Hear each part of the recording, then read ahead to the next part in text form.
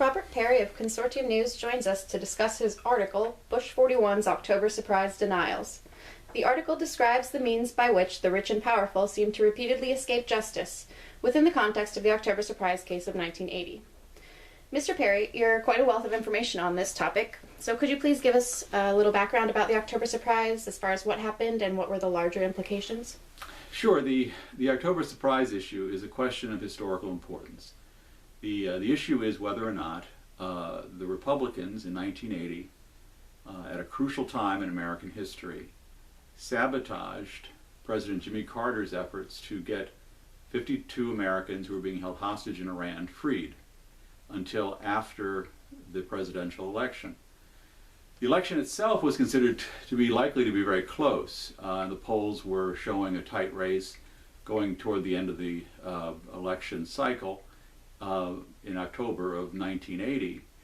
And the issue became whether or not the Republicans in October of 1980 finished up a deal with the Iranians to make sure that Carter would not be successful in getting the hostages out.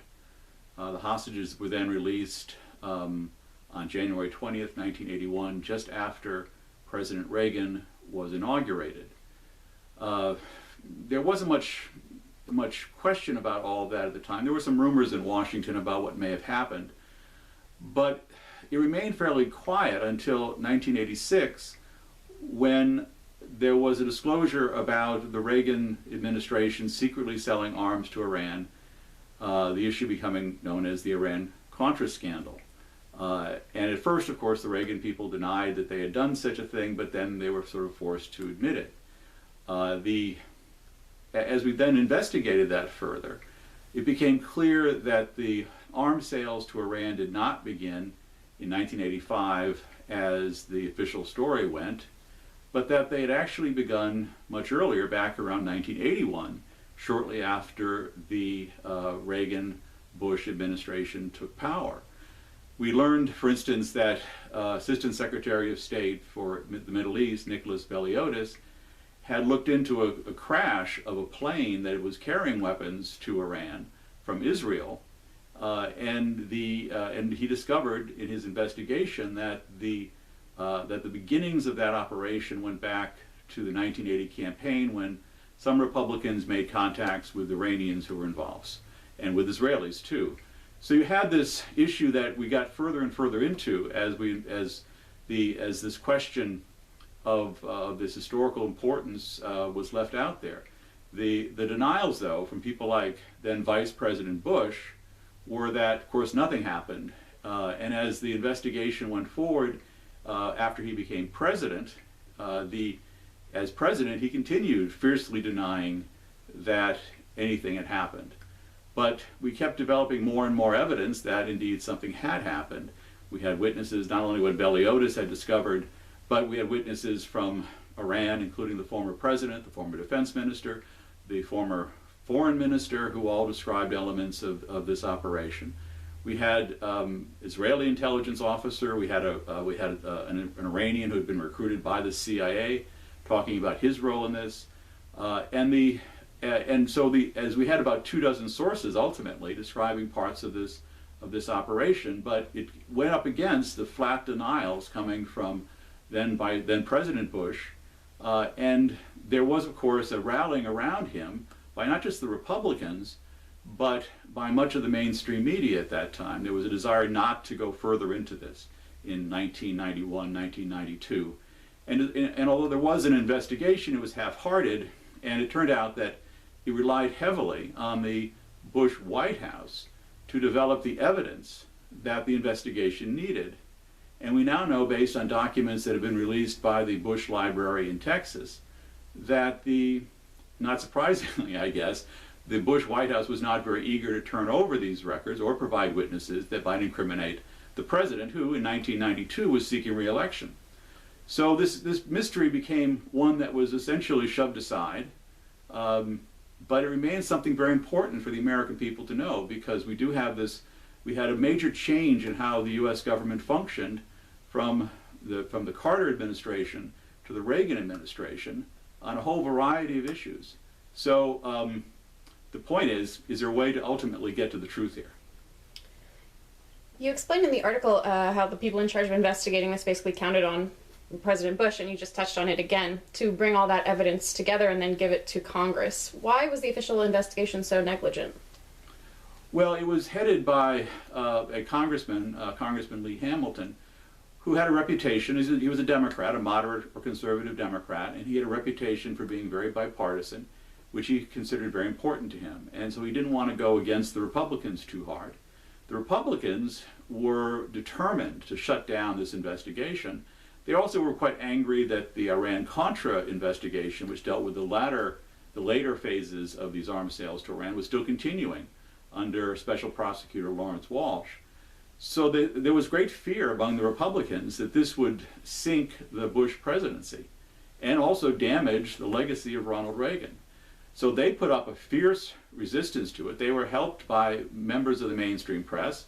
There were people who were very sympathetic both to Bush, but also to the Israelis and others who would came across looking kind of bad in this issue because they had done some of these activities behind President Carter's back. So you had a phalanx of influential and powerful forces who did not want this story to be told in full. And in the face of that, you had a fairly weak Democratic effort to get some facts out, but they didn't fight very hard. And when the Bush White House withheld evidence from them, and it withheld witnesses from them, they didn't really push aggressively to find out what was happening. They counted on the Bush people themselves to develop the evidence that might have incriminated President Bush, which is rather naive. You discussed this sort of deny everything mentality. Have you seen any instances of this mentality in current events? Well, one of the reasons I did this piece now is that there was a speech that was released just recently by BBC, and it was of Kim Philby, the famous British traitor who was a double agent for the Soviet Union, and he was part of the British ruling class. And in this speech that he gave in 1981 in East Germany, he was describing how he got away with it for so long. And he said, well, he was so well connected that all he had to do was deny everything. And if he denied everything, most people were too afraid of taking him on or challenging him because he had so many good, powerful friends around him that if they were wrong, they would be badly damaged. So what you ended up with was him getting away with his treason for much, much longer than he should have. He finally fled to Moscow in 1961 and lived there till he died in 1988. Now, more recently, you do see this in a more mundane, run-of-the-mill way with politicians all the time, I guess.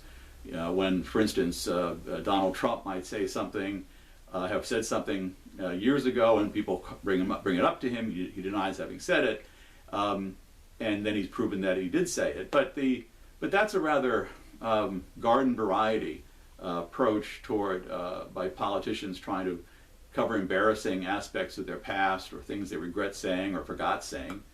The issue of October surprise is one of whether or not Ronald Reagan, George H.W. Bush, William Casey, who was the director of the Reagan campaign, later became CIA director, and other fairly senior Republicans engaged in an effort to undermine a diplomatic effort by President Carter, which resulted in the extended captivity of 52 Americans in Iran. It also was an effort to essentially rig this very important election, because if the American people reacted very negatively toward Carter's failure to get the hostages out, that in turn changed the tenor of that election. Ironically, it was the capture of the hostages happened on November 4th of 1979. It was exactly 1 year to the day that the election was held, November 4th of 1980.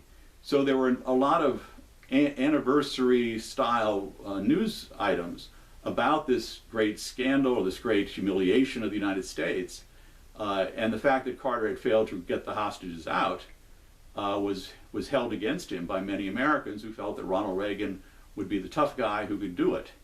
Now, what we now know based on the evidence that has come out is that Reagan then turned around secretly and rewarded the Iranians for their scandalous behavior in terms of how they dealt with the American hostages, and later how they dealt with other hostages in Lebanon, which was the basis of the Iran-Contra affair.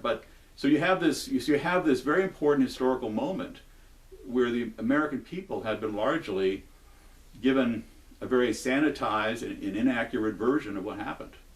Thanks, Mr. Parry. This is certainly an interesting case with far-reaching implications even into today. For more information on the October surprise, please visit our website where you'll find an extensive list of articles on the subject. Additionally, for donations of $125, we are offering a gift set, which includes a DVD copy of Frontline's The Election Held Hostage, co-written by Robert Parry, along with a copy of Parry's most recent book, America's Stolen Narrative.